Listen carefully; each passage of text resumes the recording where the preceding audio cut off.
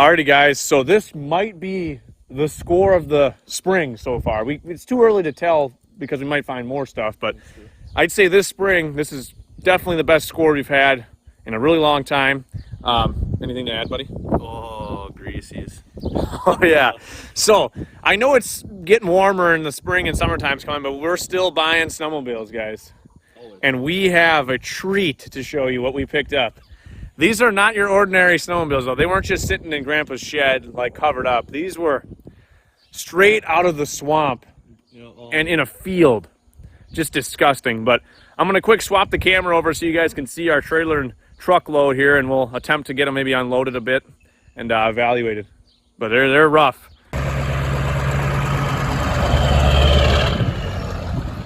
We'll take these and we'll try to unload them over by the shop here. I want you guys to take a guess on what we paid for all this. So as you can see in the back of the truck is an Enticer 250, 1981. This was sitting, like, we've been driving past it for at least 5 years. So we know it's been sitting for at least 5. A lot of the leaves on the foot rails actually blew off, but you can still see the dirt up on the ski. It's just packed from this soft, swampy ground. So we actually got that at a different guy's house, driving. Ended up finding these 2 snowmobiles here on the way home, kind of closer to us. So it actually worked out great. We actually went home, we stopped in. Guy said he would part with them. So I believe this is a 97 MXZ 670 Ski-Doo. Oh boy, oh no. Well, what are you thinking? I didn't throw up. It's all water. It's just straight water. It doesn't smell like anything. It doesn't smell like gas at all. It doesn't smell bad either. A little bit of wind noise in the video today, guys, but bear with me. Dude, it doesn't smell. I mean, now the Wildcat is the other mystery piece. So this is an MXZ 670. We got this Craftsman lawnmower that was just thrown in with the deal. That's just gonna be scrap metal. But this is a Wildcat 650 in 1990. Oh. Is it dry? Must be dry. I'll be damned. I'll be damned.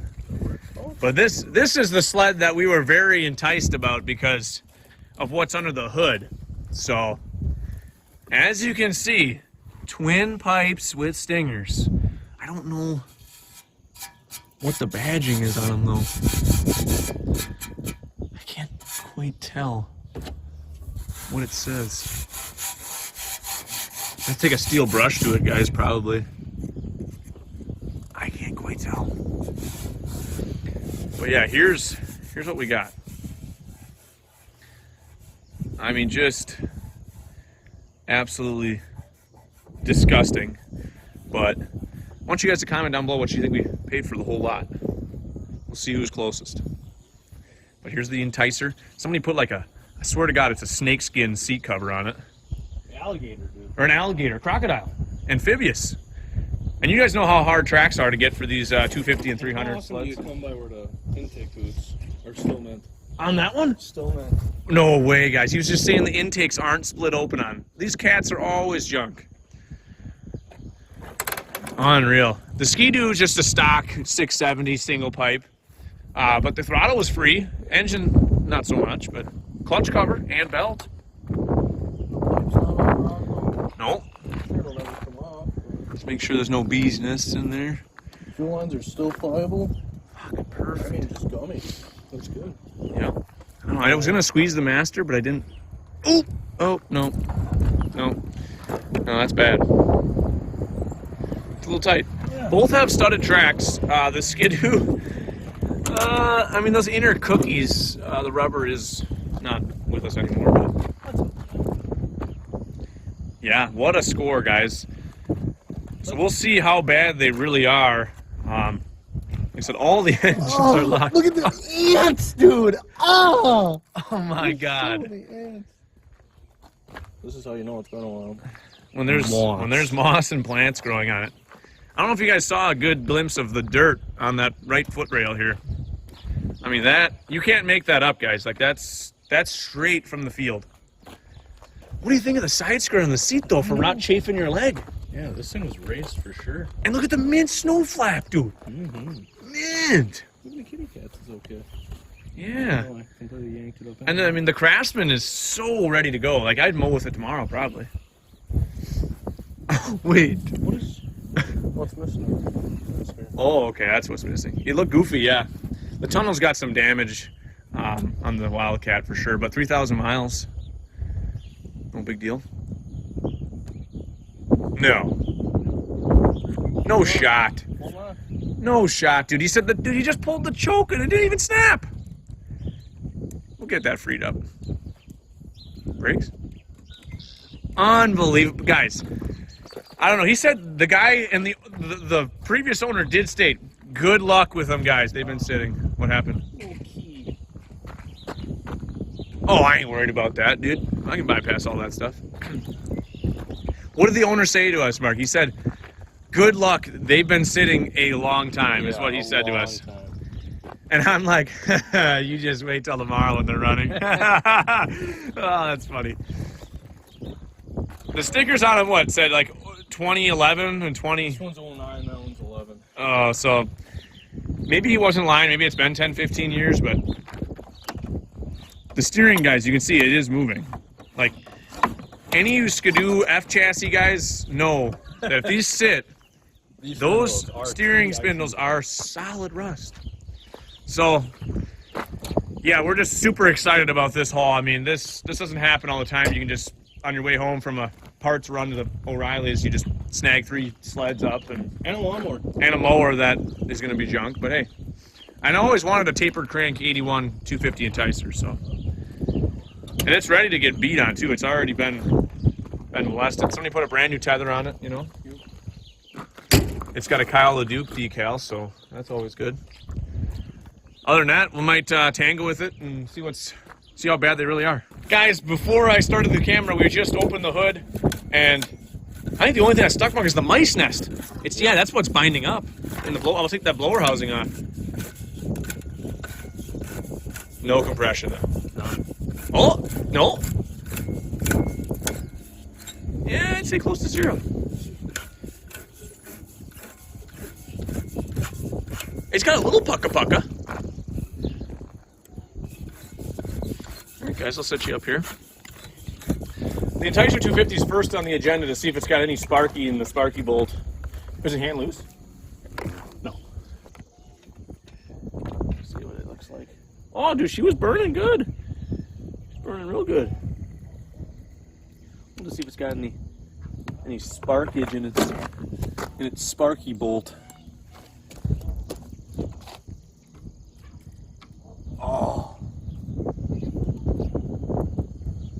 I'm just gonna try to get that to turn now. There she goes.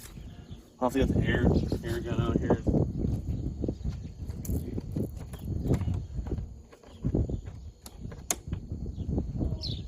Sweet. Take some of this crap off of here. Yeah, I'll get you back here just a skosh. So you guys can see. See if it turns over at all. The rope.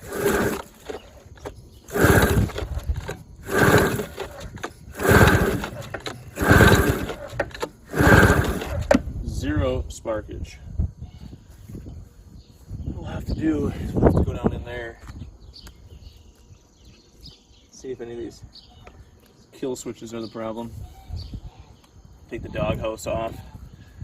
Pull the air intake out of it. Nice fuel lines. They're not crusty at all. Choke still magically pulls. Unbelievable. She's got good spark, guys. So that's good. I don't know if you can see that, but I'll get the plug right here. Turn the key off. Spark goes away. Spark it back, so that's good. Tell you what here. Tell you what we're gonna do. We're gonna find a little bit of 2-cycle. I'm gonna close the throttle back down so it's not wide open. And we'll put a little bit of 2-cycle gas down the spark plug hole, see if it pops off. Then we know we have adequate compression, and we just work on fuel system. Probably do a Mikuni conversion on it, something like that. See how rough it really is. Kind of get all the nasty stuff pulled out. But here's the spark plug. I'll try to get it focused for you. There we go. So not bad. So we got spark, so that's good. It turns over. There's a huge mice nest, like I said, in the blower housing. That'll obviously get cleaned out. But I want to probably, if it runs with fuel down the cylinder, I'll pull the air intake out of the way. Possibly the doghouse, a little shield. Look what we're working with in there, and then kind of see our plan of action. Because these one-lungers don't need a ton. I don't know if I'll... No, I mean... Some extra cobwebs down there. And then we got my truck here in case it runs away. It'll plow right into that and we won't have any problems. You're right. Look at the extra long coil wire. But it's got, and the kill switches did work. I did check that, so just gotta hit the key. The throttle, I was stuck, but I moved it back to idle, so it won't run away on us, I don't think. So we're gonna see what happens here in about 2 seconds, guys.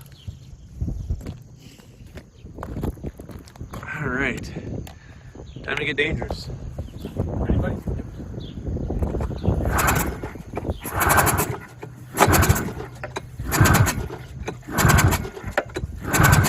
Head gasket?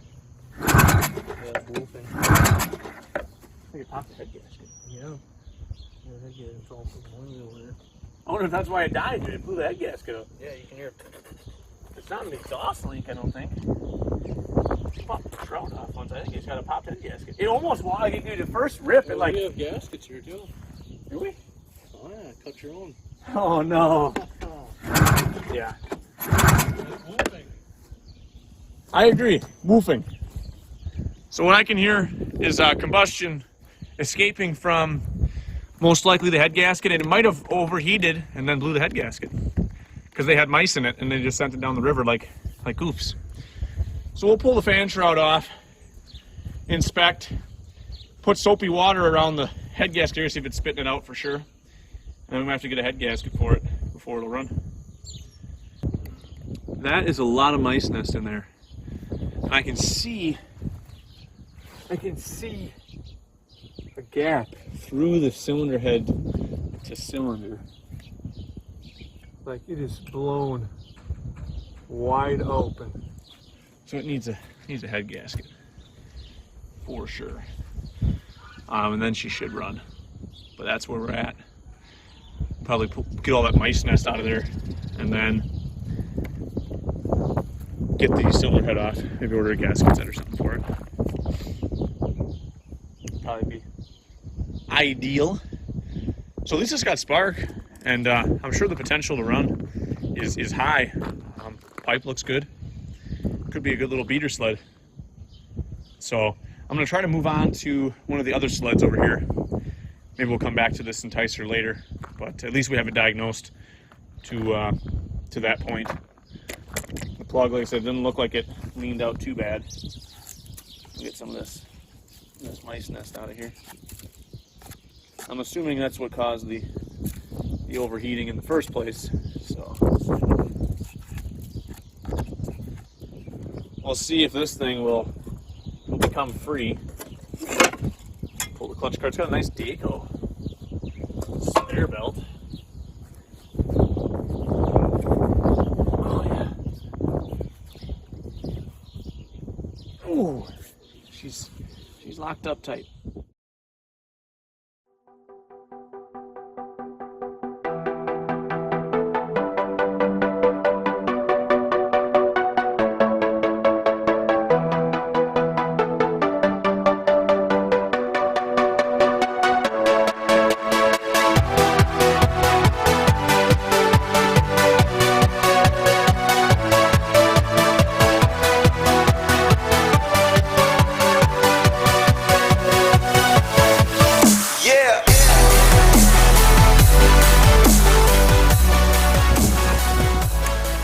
Stuck points. Get that penetrating outside.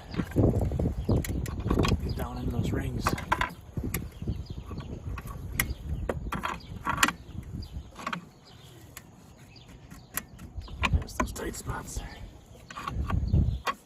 there. Looks like there's another hole over here.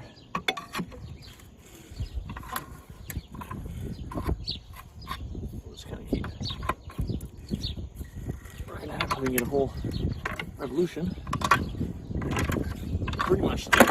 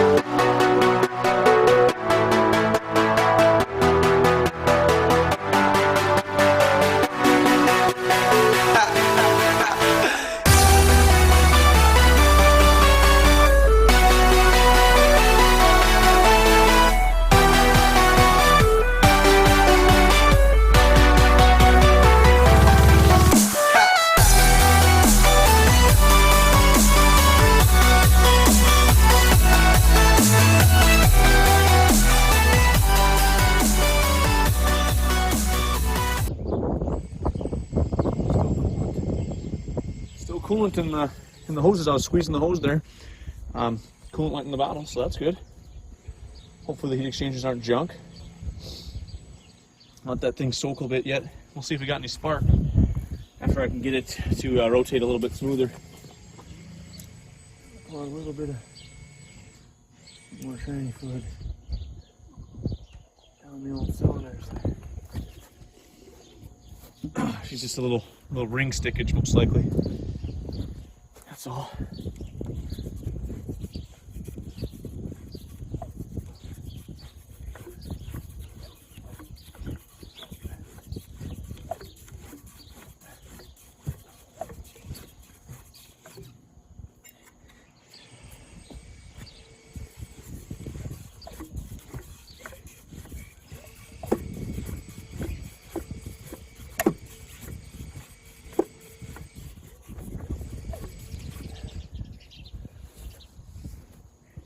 Take the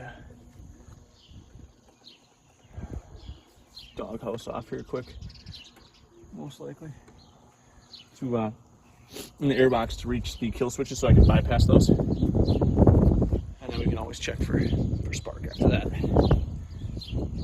Oh boy, what a good day so far. The ET with the blown head gasket, we know that. This thing turns over. I'll probably throw my gloves on to reach up in this nasty old thing. Oh boy. Whew.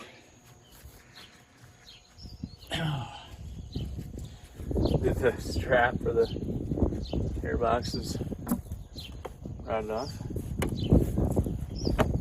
The nice thing I like about this canoe is airboxes come out that easy. Got one little strap that actually hooks on this here front. On this one, the throttle still worked, so that's good. Plug for all these switches. Just can't quite reach it down in there.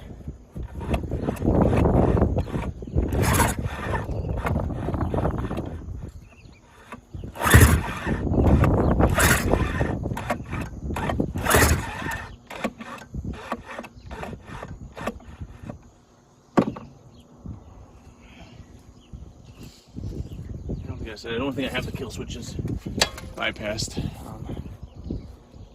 Unless, like I said, somebody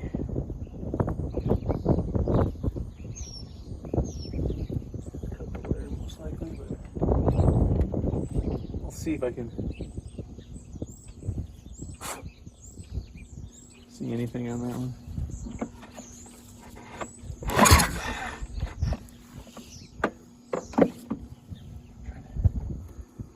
Where these went up in the harness here. It's on this side. Alright guys, so we snipped the key switch wire. I don't remember if these were normally closed or normally open. We're going to find out in a second here. So Bright white. Wait. Now, does it go off? No spark? No, you lost spark. Good. How about again?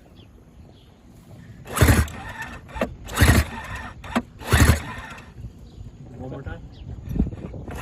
Yeah, good light spark. Sweet. You saw Mark and I did have spark.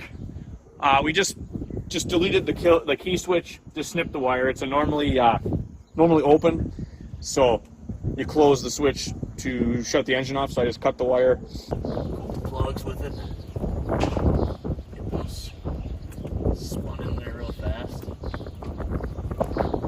Let's see if it'll fire it all. Switcher.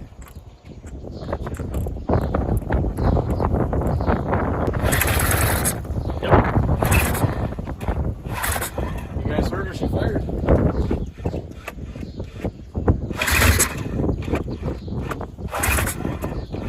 Oh yeah, she fired. Sweet guys. What I can do is actually right through the carbs there. Let's give it a good shot. Oh yeah.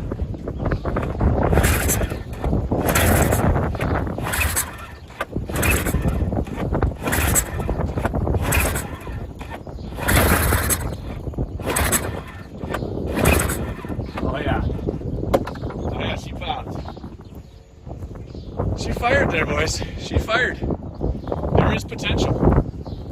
I like to hear it start up and run, fully once. But I do have it really loaded up with oil and nasty crap too.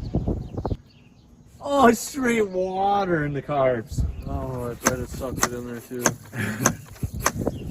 You want some hot shot? Sure. Is it pop?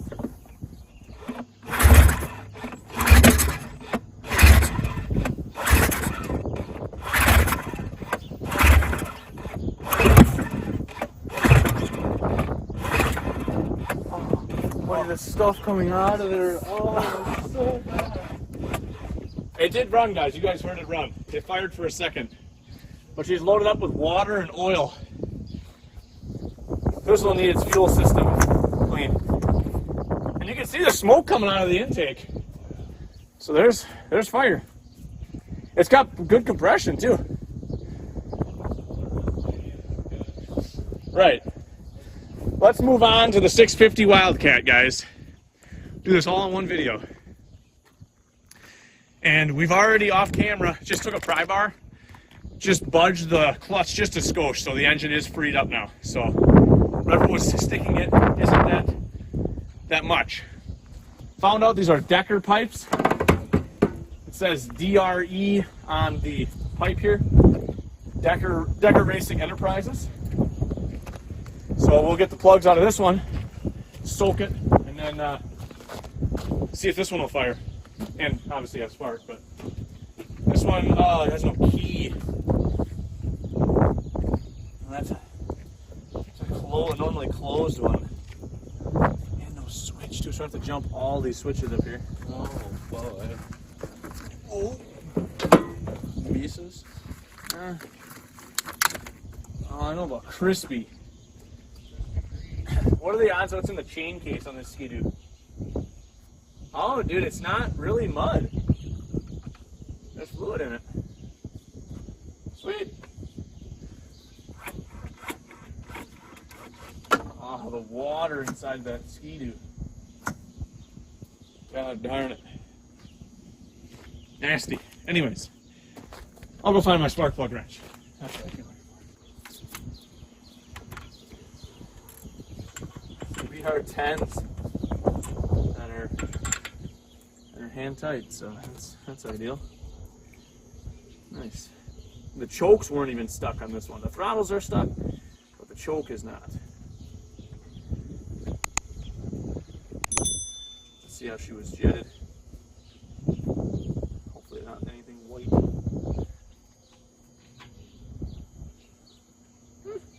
Look okay. These plugs were never even seated all the way. What we'll do now is Get some in-force and transmission fluid down it.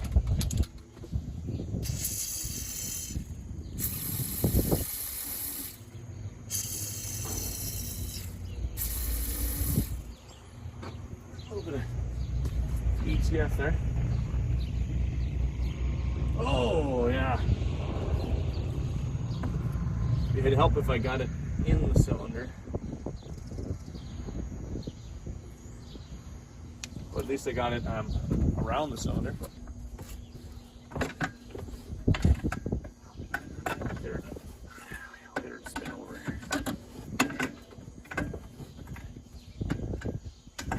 She's happy. Very happy.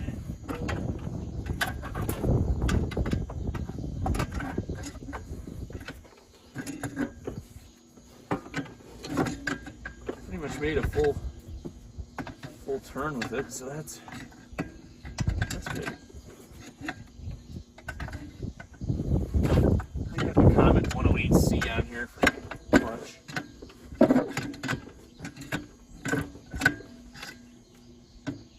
It's got 40 carbs on it, so that's good.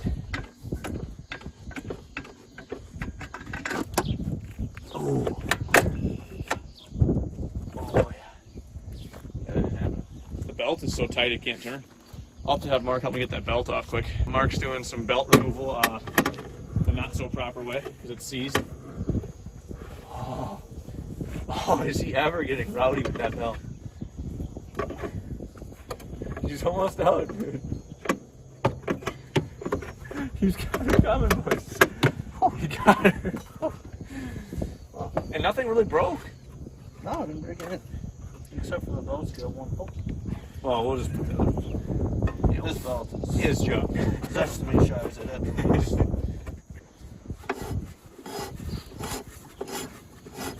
That track made a full turn. That's great. Sweet. I'll just over this other one, see if there's rust that flies over.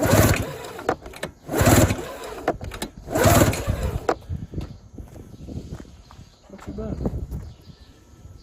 Does it have any chance? Dude, the spark plugs were tense and everybody even see it in the crush ring all the way.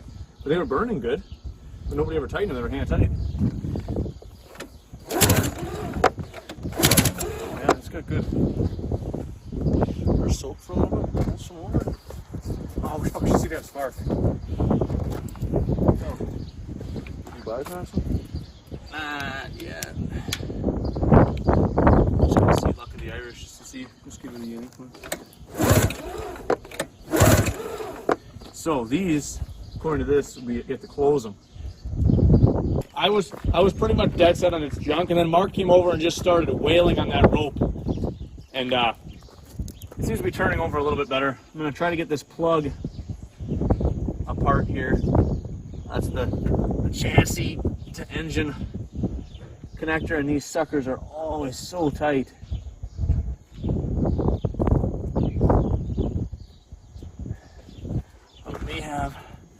There may be light on the end of the tunnel in this one.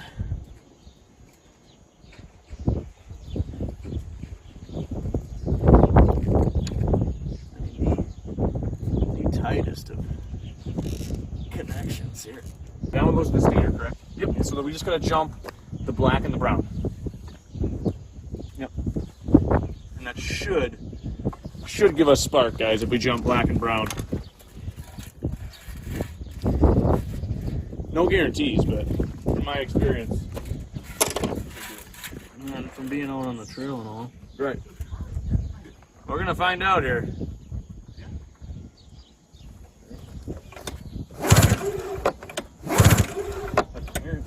Yep. And go again. Yep. Oh. Yep. Yep. Oh, he's done. Dude. Still run. Yeah, that's gonna sound good too. Yeah. Ooh. Oh man. Okay, lunchtime. Just jumping the kill switches, or I guess the stator, to basically close the circuit. It's a normally closed ignition system on this Wildcat. So to fix that, we'd have to, you know, get one of these switches to work. or put a tether switch or some way of shutting it on and off. We're unsure what we want to do with this one yet. We might, you know, it just sucks that we don't know the condition of anything else on the sled. If we go through all the work, you know, of pulling the airbox, pulling the seat and the cowling and everything off, cleaning the carbs, fuel system, you know, pickup line in the tank, you do all that, and then the thing, you know, grenades in 10 minutes, well, hell of a lot of wasted time there. So I don't know. Leave us a comment down below what you guys think we should do with this Wildcat 650. You know, open to options if you guys want to see something on it. Otherwise, we'd probably just take it to a swap meet and part it out. The Skidoo, I think, because of how easy they are to work on, we'll probably clean the fuel system and try to get this one to run on its own and see if everything functions. You know, unseize the steering for the most part. It's halfway there, but it needs the spindles probably removed and lubed. So we can go that route on the Skidoo, I think would be a smart option. You know, the seat's pretty much junk, but put a little tape on it. It's not like a prize winner by any means, but it could just beat it around. And of course it needs a master cylinder because it's seized. I might try soaking it here and seeing if it'll come around, but Skidoo master cylinders on these F chassis are junk. And the ET250, you guys can see there it is, the hood for it. I don't know if I showed that earlier. Head gasket, I got a gasket set I'm beginning for that. The condition of the chassis, you know, overall and everything else, I'm probably not going to do a full reseal, rebuild on the motor. Probably just throw a head gasket in and send it. I will look into getting a Mikuni carb for it, the 34mm round slide. We'll gut the airbox. Make it so that we can actually beat it around next winter. And then I'll see what the underneath of the skid looks like in the long haul, but not a bad little machine for what it is. Like I said, the exhaust pipe actually is pretty good. You know, it's not all... I didn't look on the underneath side of the exhaust pipe, so I could be in for a rude awakening once the underneath is blown out, but I think we'll go that route. We'll get these things put away for now. See what we want to do on that Arctic Cat, but I think for sure we'll get a head gasket for this one. I'm telling you, that front corner is straight blown out. Right underneath it, you can see the gap, dude. Oh, yeah. Oh, yeah? Yes, she's done. Yeah. Other than that, I think it'll run and drive. I mean, I don't see why it wouldn't. I got plenty of spare belts. Right, right. It's got one good vent on top yet. Oh, buddy, we didn't look in the storage box. We should probably... I saw some ants on it, so be careful. Wow, this is... Looks like right an alligator. This is... Oh, boy. Oh, my God. There's mices in there. Hell of a nest egg in there. Holy crap. Dude, the mice love this thing. Full of the engine's full, the compartment's full. That choke works. I'm pretty sure. Oh. Yeah, I did that before too. One time pull. Yep. Does the suspension work at all on the rear? If you wanna have to go to the doc, the chiropractor. Look at that grab bar, you guys. Oh. It ain't that stiff though. Yup. Just need some lube. Little in-force. This one has an 06 trail sticker on it. My God, is that a long time ago? Yeah. Holy Christ. The track alignment's definitely good. Oh yeah, it's not completely stuck on one 2 side. inches on the other side. Yeah, yeah. All right, leave us a comment down below what you guys want to see done with these sleds that we picked up. We'll keep making these videos anytime we pick up stuff like this. It's always a good adventure, you know, you never know what you're going to get. And turns out we did well on these.